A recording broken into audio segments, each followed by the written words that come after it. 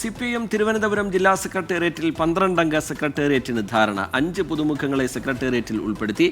ആരോഗ്യ കാരണങ്ങൾ ചൂണ്ടിക്കാട്ടി മുൻ മേയർ സി ജയൻ ബാബു സ്വയം ഒഴിവായി. ആർ ശ്രീജിത്ത് വിവരങ്ങളുമായി തിരുവനന്തപുരത്ത് നിന്ന് ചേരുന്നുണ്ട്. ശ്രീജിത്ത്, യുവാക്കൾക്ക് കൂടുതൽ പരിഗണന നൽകാൻ സാധ്യതയുണ്ട് എന്ന തരത്തിലൊക്കെ വിവരങ്ങൾ പുറത്തു വന്നിരുന്നു. നേതാക്കൾക്കിടയിൽ ചില ഭിന്നതകളുണ്ട്. അത് തീരുമാനത്തിൽ പ്രതിഫലിക്കുന്നുണ്ടോ ആർ ശ്രീജിത്ത്?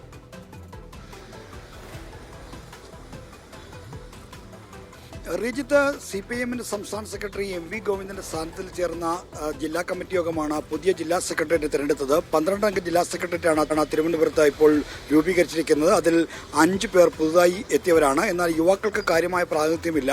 5 പേരിൽ ആരും 50 വയസ്സിൽ താഴെയുള്ളവരില്ല എന്നതാണ് ഏറ്റവും ശ്രദ്ധേയമായ കാര്യം. 12-അംഗ സെക്രട്ടേറിയറ്റിൽ പുതുതായി എത്തിയ 5 പേരിൽ 2 പേർ MLA-മാരാണ്. Kattakada MLA IB സതീഷും Parassala MLA CK ഹരീന്ദ്രനുമാണ് ജില്ലാ സെക്രട്ടറിയിൽ ഇടം നേടിയ MLA-മാർ.